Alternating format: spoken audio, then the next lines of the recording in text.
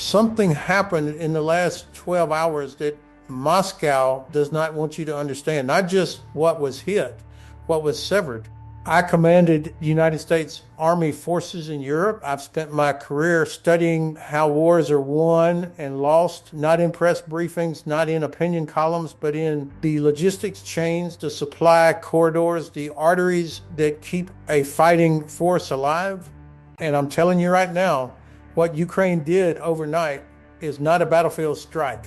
It is a surgical incision into the circulatory system of Russia's entire missile campaign. By the time this video ends, you are going to understand exactly why this single rail line mattered more to Putin's war effort than any weapon system the West has debated sending, and exactly why its destruction changes the mathematics of this conflict in a way that mainstream coverage has almost entirely failed to explain. This is day 1,719 of Russia's full-scale invasion of Ukraine. And what happened in the last 24 hours deserves your complete attention. Now, let me walk you through the strike itself, because the details matter in ways the headlines are not capturing. Ukrainian long-range drones, according to multiple open-source monitoring accounts and confirmed by Ukrainian military communications, struck a critical rail junction in Russia's Rostov-Voronezh corridor overnight. The junction sits at a node where three separate rail lines converge before branching toward Russian missile storage and forward staging facilities in the occupied south. Ukraine's general staff confirmed the strike, Russian regional authorities confirmed disruption, and satellite imagery that began circulating late Tuesday showed three separate sections of track damaged, a switching station destroyed, and at least two rail cars, the kind used to transport containerized munitions, burned through completely. Three sections, one switching station, two munitions carriers gone now. I need to step back for a moment and give you the context that makes this morning's development make complete strategic sense. Because without that context, you cannot evaluate what just happened. Russia's missile campaign against Ukrainian cities, the Shahed drone swarms, the Kalibr launches, the Iskander strikes, does not begin at the launch pad. It begins at the factory. Then it moves to a storage depot. Then it moves along a rail corridor to a forward staging area. Then it gets loaded and fired.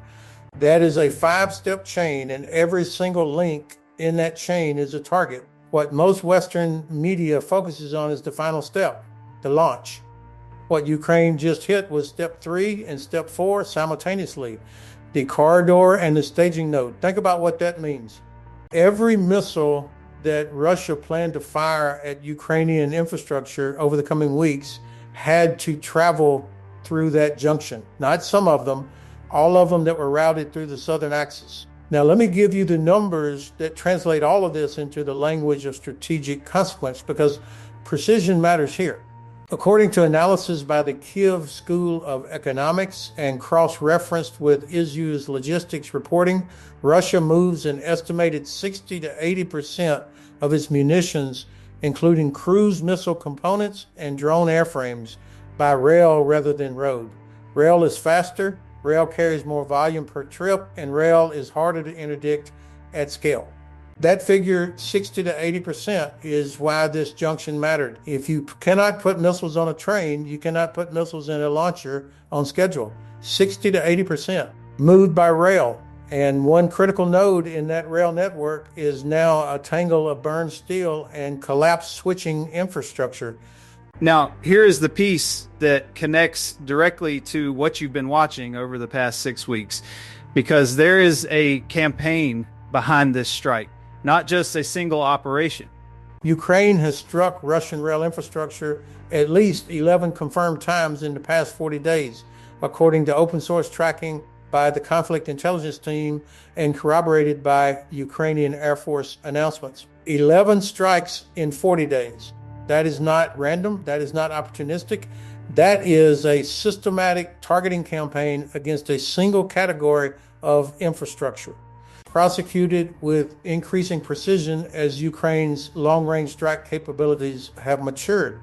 Let me be precise about what that pattern tells us. A military that strikes the same infrastructure category 11 times in 40 days is not reacting. It is executing a plan. And that plan, targeting rail, not roads, not depots in isolation, not individual vehicles, reflects a level of operational design that professional military analysts should be taking far more seriously than the headline to headline coverage suggests. I want you to understand something about railway logistics that most commentary skips entirely, because it is the key to reading this correctly. A destroyed bridge can be bypassed. A road can be rerouted.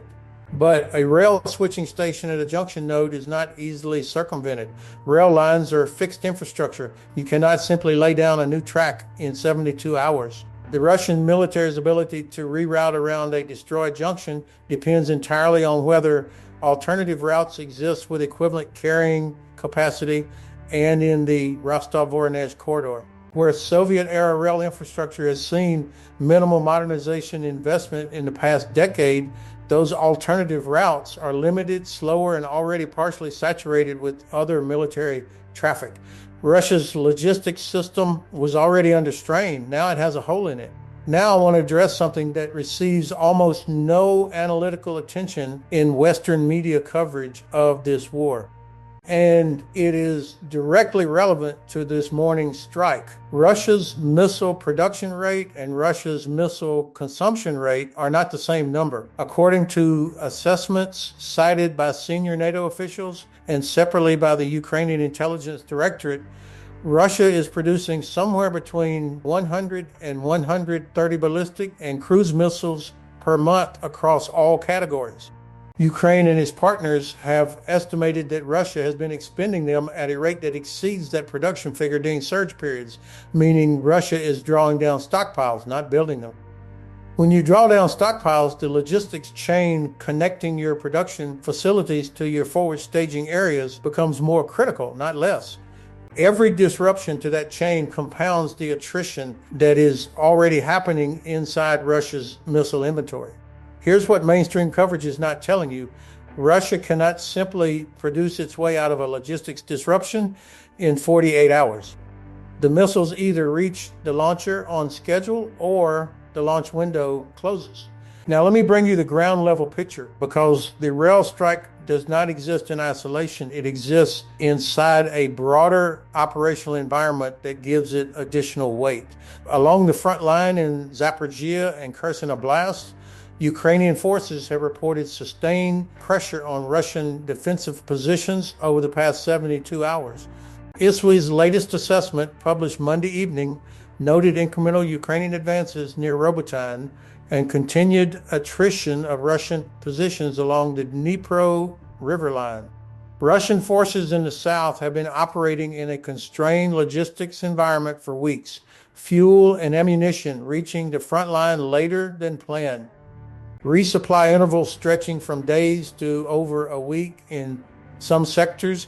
That context matters, because a military that is already logistics constrained at the front line is now receiving news that the rail junction feeding its forward staging area for missiles has been struck. These are not separate problems. They are the same problem at different points on the same supply chain. Now, let me now pivot to the diplomatic dimension, because there is a thread here that connects directly to Ukraine's targeting choices, and it is being underreported.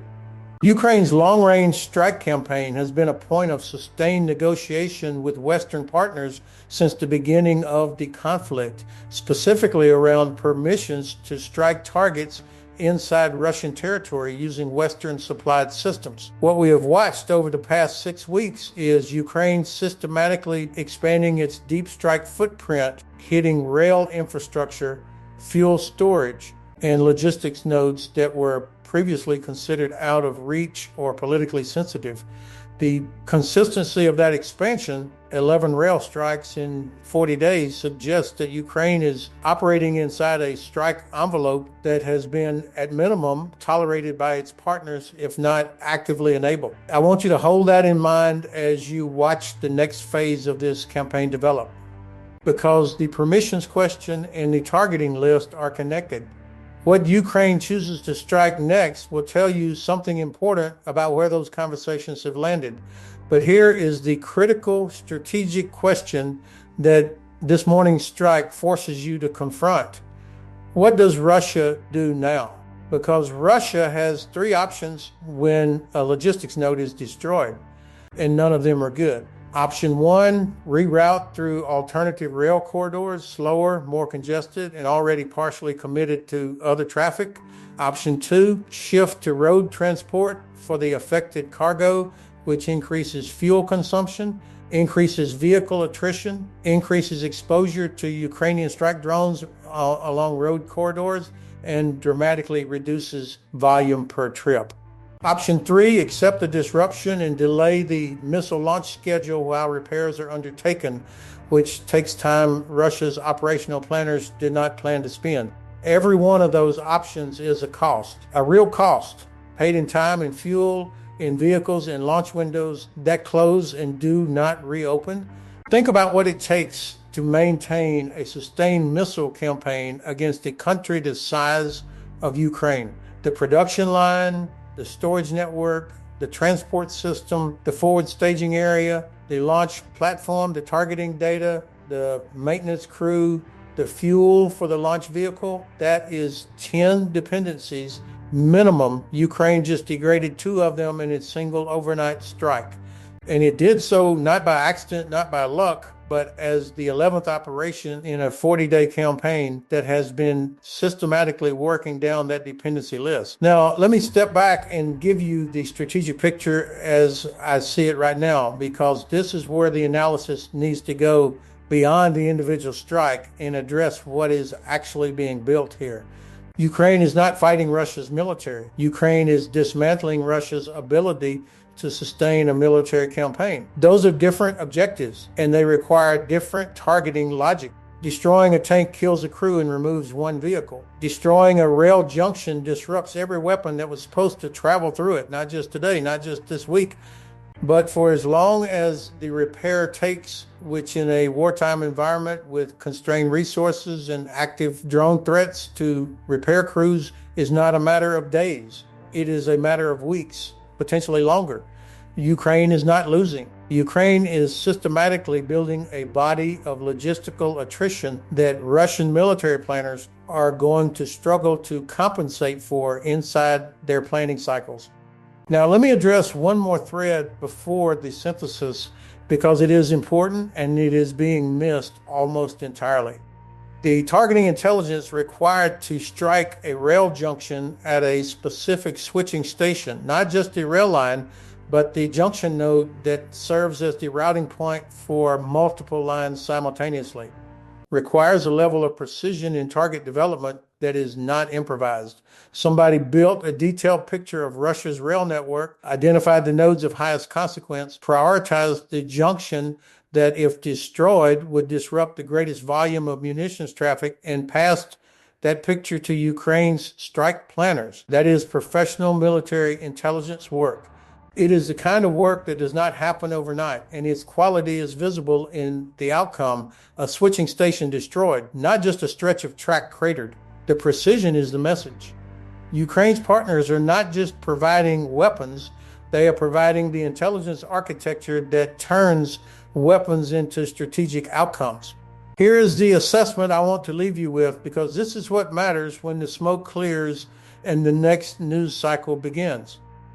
Russia's missile campaign against Ukrainian cities has been its primary instrument of strategic pressure since the battlefield initiative shifted. It has been the tool Russia reaches for when it cannot advance, when it wants to break Ukrainian civilian morale, when it wants to send a political signal to Western capitals about the cost of continued support. That instrument depends on a supply chain. That supply chain runs on rails. And Ukraine, 11 times in 40 days, and now with this morning's strike at a critical junction node, is cutting that supply chain in ways that are beginning to compound on each other. One disrupted node reroutes traffic 2 disrupted nodes creates a bottleneck. 3 disrupted nodes begins to create genuine capacity constraints that no amount of rerouting fully resolves. Ukraine is at 11. The compounding has already begun. In the next 72 hours, watch 3 things. First, whether Russian state media acknowledges repair operations at the junction, which would confirm the damage is significant enough to require a public response. Second, whether Ukrainian air defense reports a reduction in incoming strikes over the next 5 to 7 days, which would be the most direct evidence that the logistics disruption is translating into operational effect. And third, whether Western governments make any public statements about Ukraine's deep strike campaign, because those statements or the absence of them will tell you something important about where the permissions conversation currently stands. Now, let me give you one final thread before the close, because it speaks directly to the longer arc of this war, and it is the piece that ties everything together. Ukraine's rail interdiction campaign, 11 strikes in 40 days, culminating in this morning's junction destruction, is happening inside a broader Western strategic debate about what kind of support Ukraine needs to end this conflict on favorable terms rather than simply sustain it indefinitely. There is a meaningful difference between a support posture that enables Ukraine to hold ground and a support posture that enables Ukraine to dismantle Russia's ability to wage war. What we are watching in the targeting pattern is evidence of the second posture, support that goes beyond defensive capacity and enables the kind of deep logistics interdiction that changes the fundamental mathematics of a prolonged conflict. I want you to think about what that means for the trajectory of the next 6 to 12 months. A military that cannot reliably move missiles from production facility to launcher because rail junctions are being destroyed, because alternative routes are being monitored and struck, because the repair operations themselves are exposed to continued drone interdiction, is a military whose strike campaign is on a declining trajectory, not a sustained one. Russia has been striking Ukrainian cities with the expectation that it can maintain that campaign indefinitely. What Ukraine's interdiction strategy is designed to demonstrate is that the assumption of indefinite sustainability is false. The supply chain has limits, the infrastructure has limits, and those limits are now being actively tested by a targeting campaign that is more coherent, more precise, and more strategically sophisticated than anything Russia's planners fully anticipated when they made the calculation to begin this war. That reckoning is arriving on rail, one junction at a time. The rail line is cut, the missile clock is running, and Russia does not have a fast answer. Stay sharp, stay informed. We will be back with the next update as this campaign continues to develop.